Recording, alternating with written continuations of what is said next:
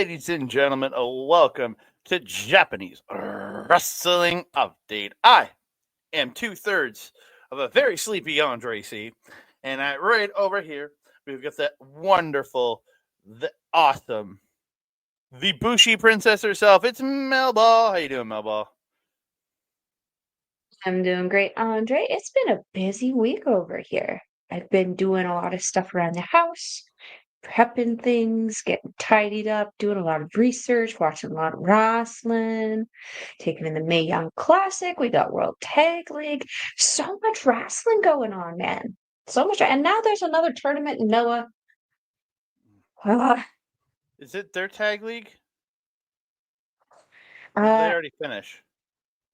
I don't know. The card that I was seeing was unfortunately all in Japanese, so I couldn't tell. But it was singles competition. Oh, So I'm not sure. I'm honestly not sure about that. we'll be back and we'll let you know about it on next Japanese wrestling update. Maybe Yeah, it's just next week. matches. I don't know if there's an You doing, actual Andre, besides sleepy? sleepy, but doing well. Just been getting through work this week. Did a show yes, as we record. This is a pre-recorded edition of the Japanese Wrestling Update, as you can see on the Mhm. bottom. So, I was did the Marvel talk on Wednesday with Ed and damn it. Many? No, what's her name? She came in and did the guested with us yesterday. Crap. I did a Marvel talk yesterday. We talked Black Widow. And yeah, I'm bad at my job, so I can't even remember what happened yesterday. So trust me, Andre.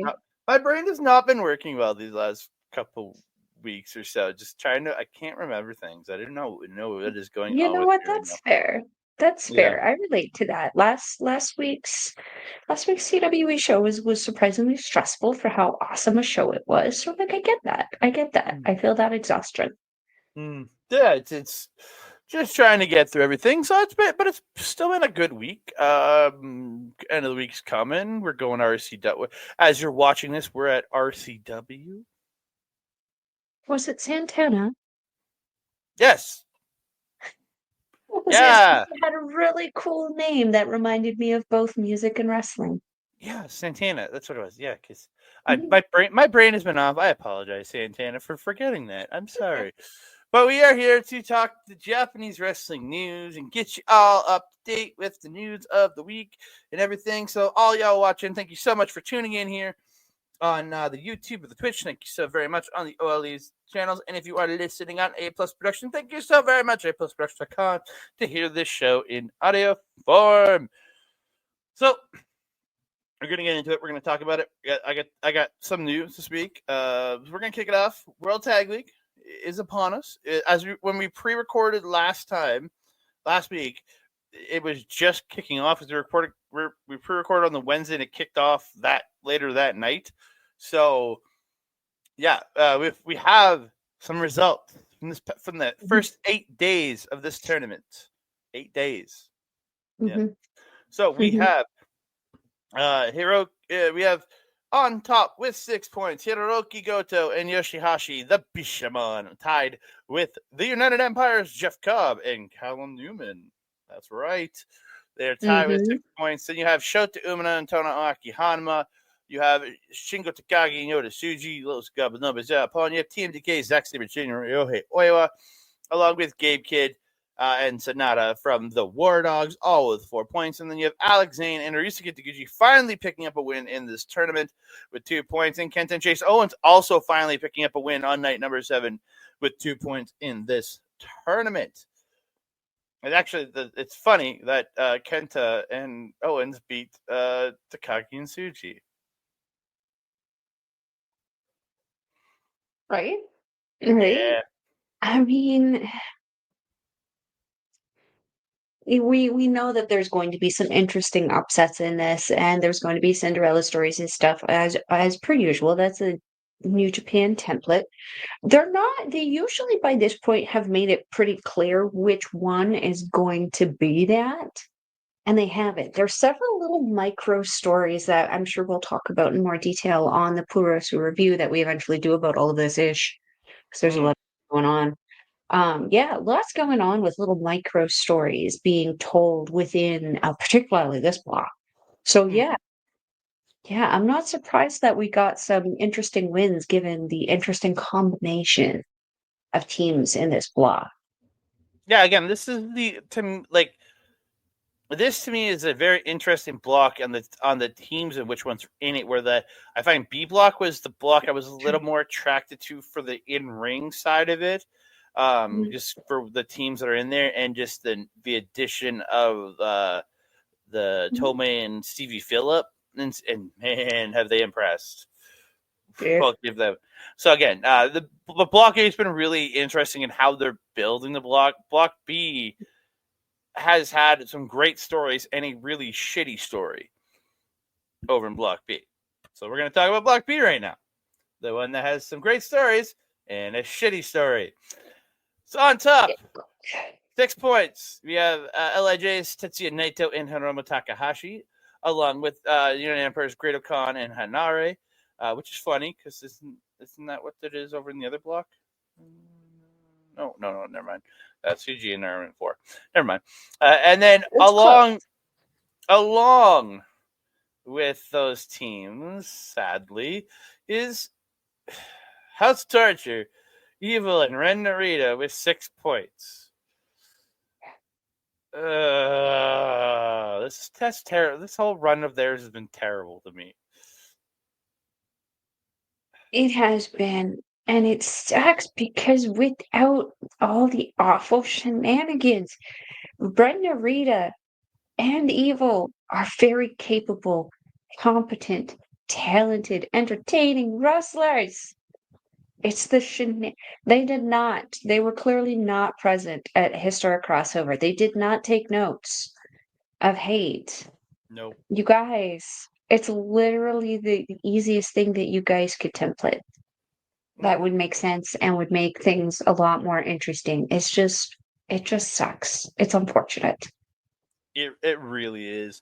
And then you have Toriano and Bolton Oleg, along with Mikey Nichols, TMDK's Mikey Nichols and Shane Haste, both with 4 points. And you have just 3 guys, or in this case, just 2 guys, Taichi and Takamichinoku with 2 points, along with Tomei and Stevie Phillip with 2 points, who, again, even in 3 losses, only 1 win, they have insanely impressed me. I've seen them a couple other times watching Tamashi shows, but man, these guys are good.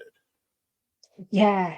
I've been very, very impressive, these 2 guys. I've been very, very much impressed with how well they work together. Just the obvious tag team camaraderie, just so fluid. They have, again, that kind of like effortless flow, that kind of communicationless communication. It's very interesting when you get those teams together that can just fly together almost in sync without noise. It's cool.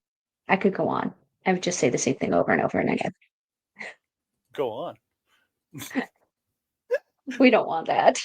No, How surprised, real quick, are we about Naito and Hiromu and their placement in this tournament? Well, I am, but you're not, obviously, because you picked them to win the whole thing. What? Or you picked them to win the block. Sorry, you would pick them to win the block and lose to the other faction of LJ. But yeah, I was gonna say no. I chose Shingo and Suji. But you did pick them to win B block, though. I did. I'm interested in the story that they are really creating with this one, in that really odd, just kind of reluctant big brother, little brother kind of mentality. It really is like siblings. And I only say that because I don't have one, so I don't really have anything to compare to. You're also an only child, right? Technically, no, but I've grown up as an only child. Technically, I'm not, but yeah. So, like, maybe, I don't know, someone in the comments can give us some kind of direction on, like, how this sibling thing kind of works, but like Naito is definitely given the older big brother picking on the little brother in Hiromu a little bit throughout the matches. There's certain things that he does that he knows will send Hiromu into an absolute flurry and like just lose his absolute shit. It's been a very interesting like, sort of sibling rivalry, but like not they're almost like frenemies. It's a very odd dynamic. The only reason I don't think they win this whole thing is just for the fact I feel like they're building something for Wrestle Kingdom for these two, because they're fighting each other while still working together. I hope so. I think it leads to a dome match between these two. I hope so. I'd be here for that. I would love to see that. And then to see Hiromu finally knock off Ellen Gubernabe himself. Oof. That would be a great achievement for him. Just saying. That is true. Mm-hmm. So, Mm-hmm. from the World Tag League, let's talk some Wrestle Dynasty updates. I know Mel's going to be happy about one of these, or two of these, but not the third. We're going to start with the one Mel is not happy with. For the IWGP Tag Team Championships, if the United Empire still have the belts after January 4th, we have the challengers of the Jacksons, Matthew and Nicholas Jackson, the EVP Bucks. They're coming in. They're gonna come and take the titles. They've never had the heavyweight tag titles. They're coming in for them. Graduating from the junior division. Belle's face is just sells it. If you're listening, she's just got this look on her face. She's just like, God no. I'm trying to stifle vomiting. Uh,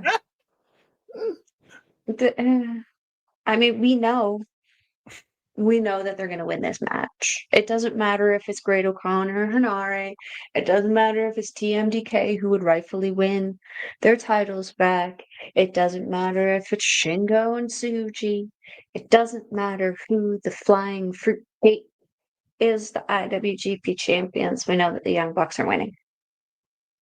Sadly, that is true. It just is what it is. We just gotta hope that they're across from someone who is very much able to match them. Because, like, here's the thing: I hate on these two a lot, but they have grown a lot in the time that they have been. Like in the time that they were really, really annoying to me. They're still annoying, but like they're significantly less annoying now. They're good bad guys. They do their jobs as heels, and I gotta respect that because if you can make me hate you on such a level as these guys have, you're doing your job Yeah. thoroughly. Oh, yeah. So yeah, I gotta give them props for that. But yeah, again, it doesn't matter who's opposite them. Unfortunately, I feel like this is the one of those money situations where the Bucks are going to be able to cross something off of their bucket list.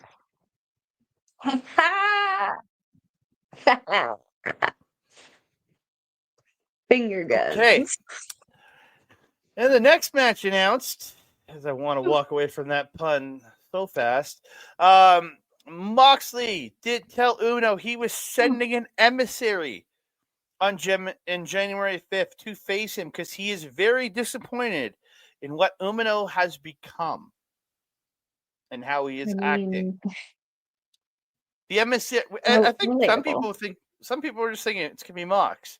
No, he has actually sent an emissary in Claudio Castagnoli coming to Japan. Let's go. Actually, I very much am looking forward to this match because Castagnoli is going to make Umino look like a goddamn rookie with how good Claudio is going to be in that ring. Mind you, Claudio is also one of those wrestlers who very much knows how to elevate his opponent. Mm-hmm. So I feel there is going to be a certain level of a beatdown embarrassment that's going to be happening in this, but to Umino, he's worked very hard to start to separate himself from all the other personalities that he's kind of conglomerated under his little fuzzy belt there. I didn't know he had a last name. I thought it was just Claudio. And I first saw that, and I would immediately was like, I thought of Because in WWE, he started out, and originally when he was on the Indies, he was Claudio Cesaro. Castagnoli. No, he was Oh, on the I didn't Indies. know that. On the Indies, he was Claudio Castagnoli. Then when he got signed, they changed his name to Antonio Cesaro. And then Vince doesn't like two names for some weird ass reason, and he just became Cesaro. And then I saw that, and the first thing I thought was Italian food. I was like, why would he name himself after an Italian casserole? well, he's Swedish. Exactly. Hence the confusion. I honestly did not know he had a last name. I thought he was just Claudio. And even then I thought it was Claudio. It is Claudio Claudio. Castagnoli. Sorry, he's Swiss. She's not Swedish, he's Castagnoli. Swiss. I apologize. He is Swiss. Claudio Castagnoli. But like he knows like 11 different languages or something. I think they like the guy is like insanely like smart. The guy is like crazy smart. I guess Cool. like he knows how to speak. Like again, I think it's 11 languages. It might be 7. I don't know, but he knows a lot of languages. Fun facts with Claudio. Yeah, but yeah, he's an insanely smart gentleman. And yeah, I can't wait to see That's this cool. match. This might Yeah. this low key could steal Wrestle Dynasty, like as the show stealing match, because Claudio knows how to make people look like $1 million goddamn dollars, and Umino, as much as we have been down on him, is a very very good professional wrestler. And you put him in with arguably one of the greatest professional wrestlers in wrestling history, this is going to be amazing. I agree. Yeah. It'll be fun. This could steal the show. And then we have an update for the women's bracket. The International Women's Cup. The brackets have been set. So at the AEW pay-per-view this past weekend, they announced the ROH bracket of Athena, Billy Starks, Layla Hirsch, and Red Velvet. So we have the two singles women's champions are both trying to go on and represent ROH, which is kind of cool to see. Yeah, girls, go on with your bad selves. I actually saw I didn't realize that this is what this was for, but I saw the promo clip for this, where they were all beaking at each other, kind of in the backstage area. I'm excited because there's so many little micro tensions happening between all 4 of these women.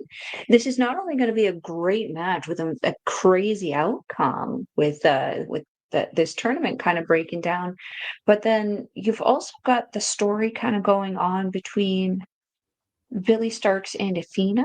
And then there's the tension happening with Layla and seemingly everyone.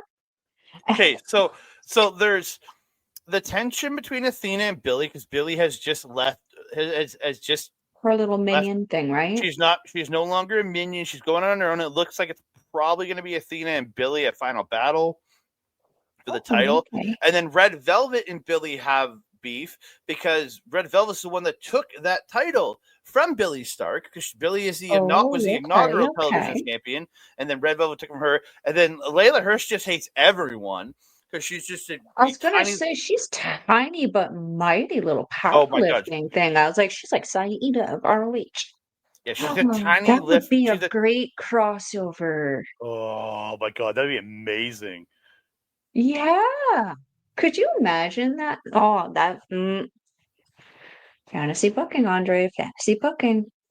Yeah, so we have all 4 of these ones, and then this week they announced the 4 participants coming from AEW, but AEW is doing it a little differently, as they're going to have 4. They have 4 announced, but they're doing it bracket style. They're going to have 2 on 2, like 2 face off, another 2 face off, and then the winners are going to face each other to go. And again, there's no talk on if they're going to do that in CMLL. It's going to do that on ROH. As far as I know, the ROH one will be a 4-way. Again, things can change. Interesting would it be if each company kind of comes up with a winner in a different way, like in their own way.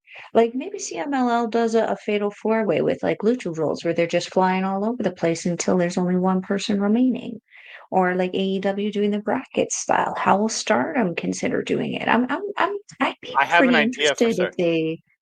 I have an Oh, idea.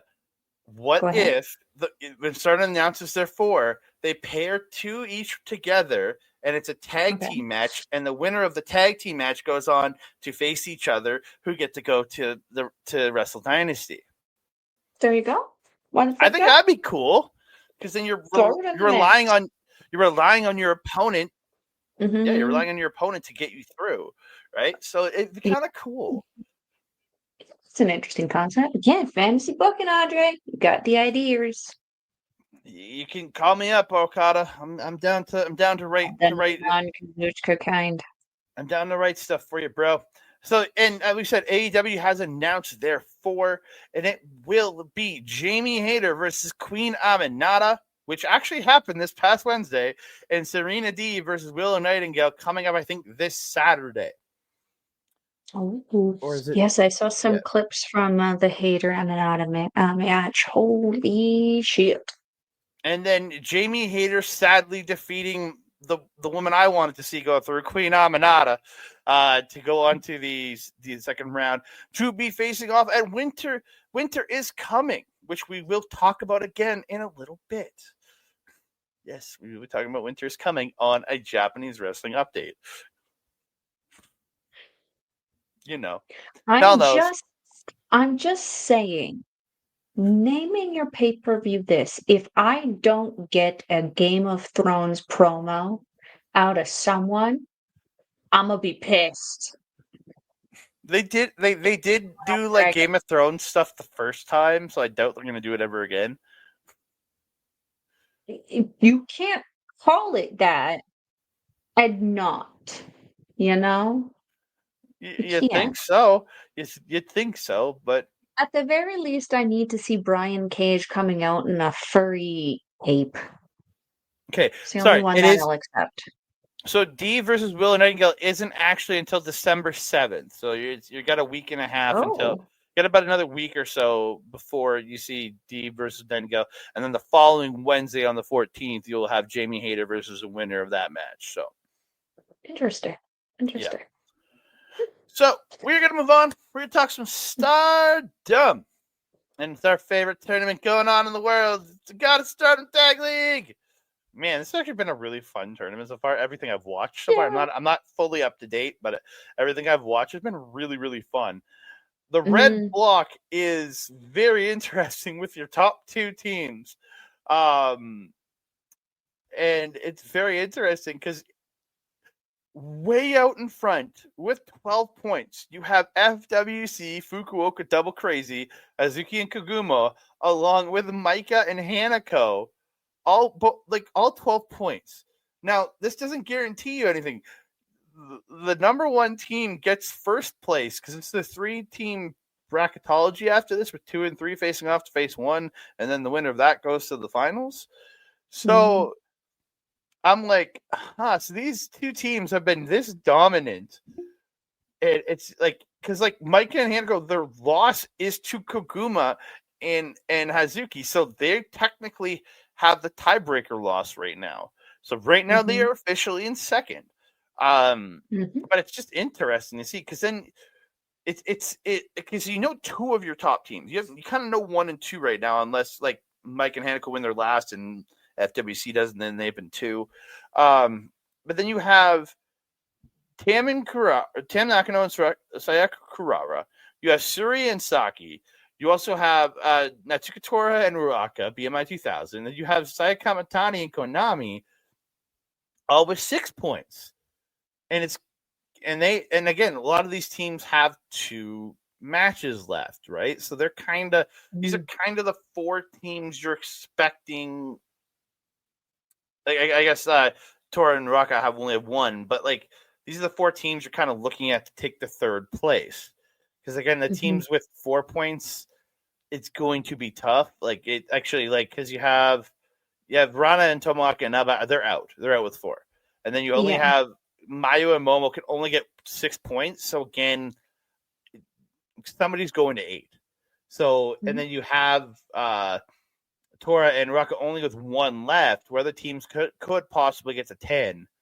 So again, there's so many different little things here that it just interest me so much. It really did BMI 2030 this tournament, man. Yeah, they have some odd losses. Yeah. Like the Tam and Kurara loss bothers me. Like Hazuki and Koguma does not, because Hazuki and Guma they have them on a roll. Mayu and Momo kind of bothers me a little, and then the Mike and Hanako doesn't, again, because that team is on a roll in this tournament. Like those two don't bother me, but it's the Mayu and Momo one, and then the Tam and Kurara loss. Those are the ones that bother me for BMI. Yeah, because like we have a brand new faction in Hate, and BMI is essentially kind of emerging from those kind of ashes of the dead Oedo Tai in this new kind of version of themselves in of BMI 2000. You know, some of the losses are odd, and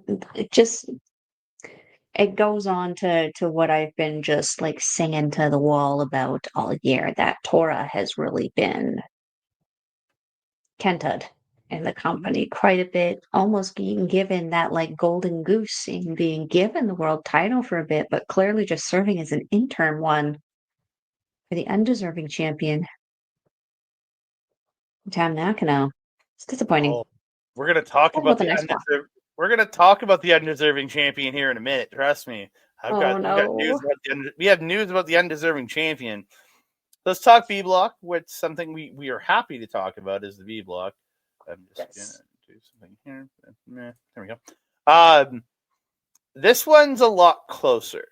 I think we have we don't have a set even like winner or even their second place, like because you have Poi and Sayori with 10.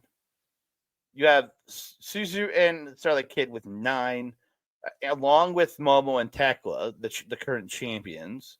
And then at 8, you have Rina and Azusa, which is kind of really awesome to see them doing so well. And then with 7 points, you have Mei Sarah and Kohaku, along with Hanan and Saida, who are like they only have 1 left, so math would have to dictate for them to be able to get in with 9 points. Like there has to be some math in there to play away. Like the tiebreakers would have to win. But again, it's still so close. And then again, you have Yuna and Sakura, along with Hina and Lady C, and Waka and Rion, all mathematically eliminated from this tournament. Even Waka and Rion technically can get to 8, but you would need 9 to do anything, so they are mathematically eliminated. But again, it's been a really fun block to watch, this one. Well, I'm just happy Waka and Rihanna are on the board. It's more than they've given Waka over the last couple of years. I'm happy to be seeing her getting more opportunity and more wins. Makes me happy. Makes my heart warm and not black. This one's definitely a lot closer. And it kind of felt like the champions are very, very dominant throughout this tournament. I'm very excited about this. Well, because I want to see. They only have 1 loss and then the draw, right? So yeah, so they still got the 1 point from the draw. I'm curious to see how their last 2 matches are going to go, because who's that? Sarah and Ida and Hanan, and then they have Mei Sarah and Kohaku. So again, this team could be the ones that end up leading the block by the end here, or they could get spoiled. Don't fuck it up, Okada, the non-Kazuchika kind. Yeah. Please. Because again, they don't. If they place first in the block, doesn't mean they're going to the finals. Just means they get a night off. Is really what it is. I know, So but I want to see Carla wrestle with that cast. So there you go. Yeah, but again, another really fun block in interesting turns with it. I don't feel like any team has been screwed here. Like Yuna and Sakura, and then Hina and Lady C, Waka and Rion. Again, they don't surprise me. I don't feel like any of them got to get screwed. Each team has gotten a couple good wins, and it's okay. And then every other team has been taking wins and losses where they need to, but they all feel like they're doing something important still in this tournament. Actually, Rina and Azusa are out because they don't have a match left and they're on 8 points, so they are out. I apologize, I forgot to mention that. But yeah, it's interesting to see these teams and how they're lining up to possibly still finish this. It's been a fun tournament so far. Yeah. So we're gonna move on to the undeserving champion herself, Tam Nakano. And we got our match for Dream Queendom, baby. I'm really hopeful that hate takes power again. Me too. And what an impact! What an impact to have not only for hate at the end of the year, but for Saya Kamitani turning to the dark side recently. Like, I love it. I love the stories being told here, especially because Kamitani has not been a hesitant heel. It was like she was made to be it. It's been perfection. It's been confounding to the people around her, and I love it. I absolutely love it. Yeah, I'm excited for this. I'm excited to see all the stuff that comes out in the build for these two, because these two are going to go at it back and forth. Oh yeah, again, I can't wait to see this because again, was it 2023's 5-star where Tam did that, or not Tam, Saya did that dive and ended up getting hurt and taking herself out for a couple months there too. Wasn't that for the Wonder title? No, that was the 5-star match. That was a match Right, in the yeah, 5-star. sorry, yeah, that was a 5-star. Yeah, because she It was jumped off that freaking pole thing. The scaffolding. She sky sparkled her face. She sky sparkled her whole body is what she did. She sky sparkled. Yeah, absolutely incredible, and I can't wait to see. It's kind of this rematch, like a year and a half in the making. Setting up for this title, I'm excited for that. Like, this is going, like, I'm excited to see Saya Kamitani finally lift that red belt, standing over a almost dead Tam Nakano. I can't wait. So mean. She's going to hit a very evil Phoenix Splash just right onto Tam's face. Oh no. She's gonna Mina Shirakawa her. No. Why? Anyway, now that we're talking about destroying Tam Nakano's face, yeah, like I said, I'm very excited for this. I'm excited to see what kind of build they're going to do for this. We know Saya Kamitani is a great storyteller, both inside the ring and outside of it, with her promos, and then also that effortless communication she can do with her in-ring ability. This is going to be so good. So good. I'm excited. I also hope that Saya does beat her here, though, only because I am on such a hate roll right now. They are such a good faction. I feel like they're, oddly enough, here to save Stardom. Yeah. So, talking about Stardom all around the world. Stardom around the world, going everywhere. Mina Shirakawa will be returning to Rev Pro Wrestling at the Uprising event to defend her undisputed British Women's Championship against former champion, the woman she took the belt from, Dani Luna. I'm looking forward to that. First match was great, and then they had their tag match together where Dani pinned Mina. I'm looking forward to the rematch. I think it's going to be phenomenal. I've got my Rev Pro subscription going right now, so I'm ready for it. Yes, yes. Anything Mina. We want Mina. Hashtag we want Mina. I mean, without question, that's going to be a banger. Amazing. Yay. And 4 days before Christmas. Merry Christmas to us. That's very much true. And then also talking about Stardom around the world, again, Mina Shirakawa is going after the AEW Women's Championship at Winter is Coming on Wednesday, December 11th. And goddamn, like after that stuff at the AEW pay-per-view this past weekend with her spearing Mariah off the stage and then giving herself a hematoma, like going head first into that table and then being bloody with all the blood coming out of her mouth. And then was it Lauren asking me about Blood Angel? I'm like, oh, that's before my time, but that's just essentially crazy Mina Shirakawa. It's that crazy evil Mina Shirakawa side that she has. I'm Yeah, ready. I'm yeah. ready to see this. I am so ready to see this.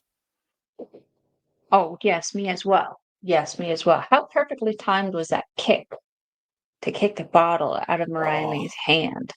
Oh my God. in So good. heels, in heels.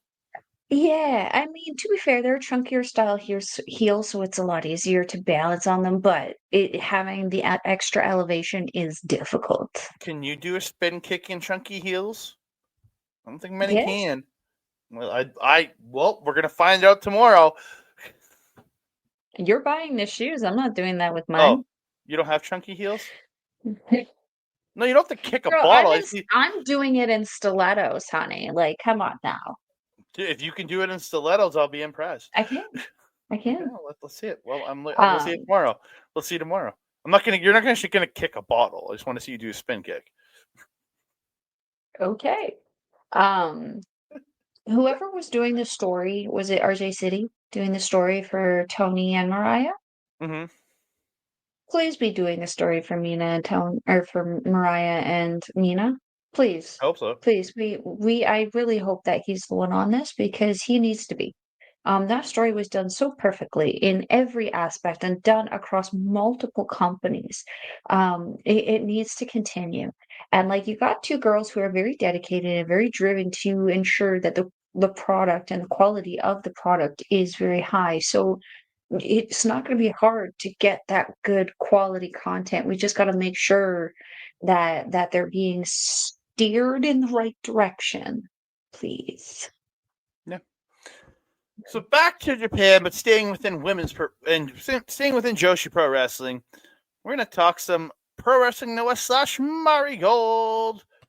As it is official for the January 3rd Marigold First Dream event, we're going to have Kuki Amare defending against Chika Goto for the GHC Women's Championship in her first title defense. I'm actually surprised that this isn't 2 days earlier on the Noah card. Because there's a Noah card, Noah New Year on that happens every January 1st. That actually has Shinsuke Nakamura versus Uka Sasaki on it. Maybe that's why. I don't Again, know. you still need to fill out the rest of the card. So, but yeah, this is going to be at the Marigold event on January 3rd. I'm ready for it. I can't wait to see these two go Yes, at it for the title. absolutely. And I don't know why I didn't think about Chikugoto initially when when I was thinking about who could potentially challenge because I didn't actually know how long she would be out and the nature of like the severity of her injury. So like this is a Mhm. pleasant surprise. And we both know that they're friends, they've worked together. So who can put on a better match than two friends who know each other so well? We've seen it before. This will be no different. I'm excited. Yeah, I can't wait. I think this is going to be an insanely good match. Mhm. But we have come to the end of another edition of the Japanese Wrestling Update. This one's actually one of our shortest updates in a long time. I was gonna say this feels like really short. That's great. I didn't have there wasn't a lot of really out there news this week, so we could have talked some pro wrestling Noah's Monday Magic, like uh, uh Kaito Kiyomiya defended against the Brian Kendrick this past Monday Magic. I haven't seen the match. From what I hear, it's actually was a really good match. So I love have you Brian seen that? Kendrick. I'll have to watch that. No, Yeah, it's in this I'll past have Monday's to. Monday Magic. So yeah. Well, let's wrap it up because it's early enough. I could still try to watch it before bed. I'm just gonna go to bed. I'm gonna go shower, go to bed. So Fair. thank you all so much for joining us here on the Japanese Wrestling Update. You can find me on the X and Blue Sky at That Canada Guy, TikTok, Instagram, and Threads at That Canada Dude. You can find me on the Facebook at Andre and Melball Wrestling Talk or our YouTube page, youtube.com/ at Andre and Melball Wrestling Talk, where we have our NJPW Poodle Wrestling Review, Stardom Review, and Dream Review Marigold, along with our Shop Talk show, which reviews all of the local independent professional wrestling that we do. And then in January, we will be having a special edition of Chop Talk with our 2024 awards show, where we'll talk about all the best of 2024 in Stardom, Marigold, New Japan, and the local independent wrestling scene, along with our very special Jason Rutledge Cosplay Award. You're lucky I didn't scrap it, boy. You're very lucky I didn't scrap that award. But yeah, so we'll check out that. Check out that coming out special in January. And you can also find us over on the A Plus Productions feed, A Plus Wrestling feed at aplusproductions.com. Go over there, click the A Plus Wrestling feed, and add it to your podcast catcher choice. You can hear stuff from us, stuff from Boris and Matt, so many good stuff over there. They have this new mixtape show they're doing, just talking about the best of the best, their favorite, and the arguably best matches of every different kind of stipulation match. They've done Survivor Series matches. They have a War Games match one out now. So it's a really fun show to listen to. So check that one out over there. And then you can also find Mike and Melball simulcasted our stuff over at twitch.tv/ over at youtube.com/ at backbreaker video, our boy Mike the Ref. So thank him very much. And check out his Twitch, twitch.tv/ Mike the Ref, and his gaming channel, youtube.com/ at backbreaker_gaming. And then you can also find me here at twitch.tv/ our local establishment or youtube.com/ at our local establishment, where I'll be back this coming Sunday. I'll be here hanging out with the boys, making some football picks before I rush off to the city to hang out with our friend Kat, Chris, and our friend Chris and my friend Justin. So I'll be rushing out of that one as soon as that one's over. So yeah, check it out. And then I'll be back in 2 weeks on the 11th. Yeah, the 11th of December with the final MC, technically not the final MCU rebound, the final regular MCU rebound of the year, with me and Ed doing talking the Doctor Strange movie over there on Marvel Talks. Come check that out. Melball, where can they find you? If you're wanting to follow a Melball, you can follow her on the X thing at Collins Melball. You can follow her on everything else: Facebook, Instagram, TikTok, Mastodon, and Blue Sky at Melball Collins. You can also find me here, our local establishment, on this show with this guy every Friday at 8 p.m. Mountain Time, unless it's not. And we'll let you know on social media. As far as we know, we will be live next Friday. Yay! It's been a hot minute. But we will be here live for you guys next Friday, 8 p.m. Mountain Time. You can also find me here on Monday for the CW Women's Classic Wrestling show with Auntie Collins, no relation, and the talented natural Astrid Pizarro. We are doing a double feature on Monday, so we are going to be doing episode 2 and episode 3 of the Mae Young Classic. That's going to, if you guys know, you know, it's different matches. I believe episode 3 is still first round. Yeah, it's confusing for me, but it's set up nicely so I can find the matches easily. So that's Thank you to Andreas. Thank you to Andreas. Yes, thank you, Humanoid, for finding that for me and allowing me to use it. So we will be doing a double feature talking about those guys on Monday at 8 p.m. Mountain Time, 10 p.m. Eastern. I was like, why am I trying to say Pacific? Yeah, you can also catch me on Astro Bizarre's YouTube channel where we do our show, Ladies Wrestling Showcase. Stay tuned to our socials to see when that bad boy is coming out next. What else? I think that's it. If you're wanting to watch any of the wrestling that we talked about today, we will leave links in the description box below. It is stardom-world.com, wrestle-universe.com, and njpwworld.com. Okay. Wrestle Universe is 10 Canadian, as is Stardom World, 10 Canadian. Shout out Sean Spears. And then NJPW. See, this time you noticed them. I did notice. And New Japan World is 10 American, which is like more like a Sean Spears and a half, which is better because That's not literally this Sean Spears. picture: Sean Spears and a half a person. You fuckers. You're short. I know. You don't have to rub it in. If you're wanting to check out any of the New Japan matches before taking the plunge on a membership, you can check out all of the New Japan TV title matches that feature Zack Sabre Jr., Matt Riddle, Jeff Cobb, all kinds of fun people. So check that out for free and then sign up for your membership because they will convince you to get the membership. Andre, my trusted friend and colleague, do you have anything else to say to the beautiful people? I just want to say thank y'all for joining us here on this show. I appreciate all of you. If you are watching on the Twitch, please follow the channel so you'll be alerted every time we go live. And if you do want to support us, you can hit that subscribe button. We would really appreciate it. If you have Prime, you can give us the Prime subscription. We would very much appreciate that.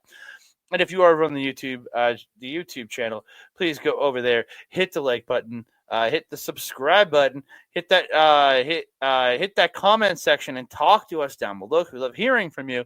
Also, don't forget to hit the notification bell so you can be alerted every time.